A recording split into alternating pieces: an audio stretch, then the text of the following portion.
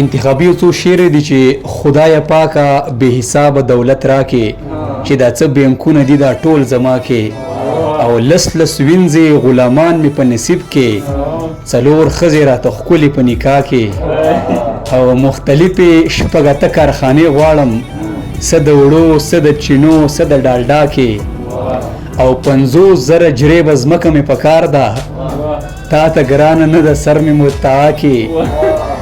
او د ایمان خواږه د هر څه نه غالب دی ما گویا په لا اله الا الله کې.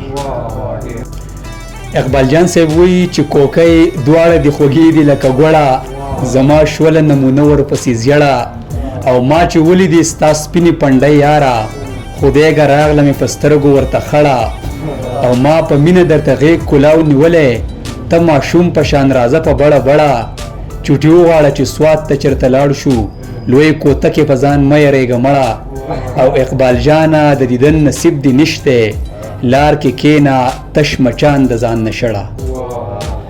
ظفرخان ظفر وایي چې تا سره په ور کې جوړ تازه کې پاتې شوی دی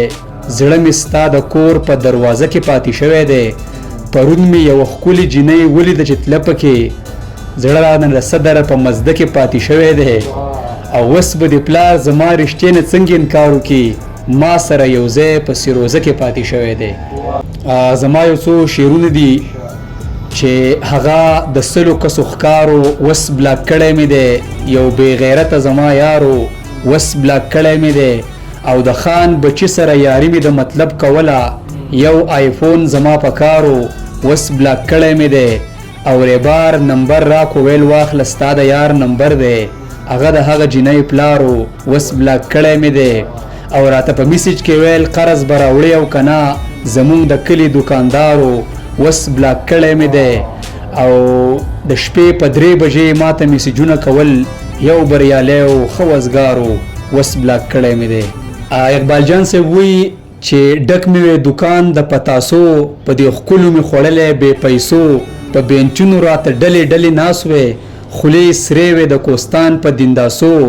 خو چې د خپل شلیدلي جیب ته مې نظر شي زه یم چې ځان مې تیزندي کړی په رسو او اقبال جانه تا په خپله یار خراب کو عادت کو چې دی په غوړو هم رسو.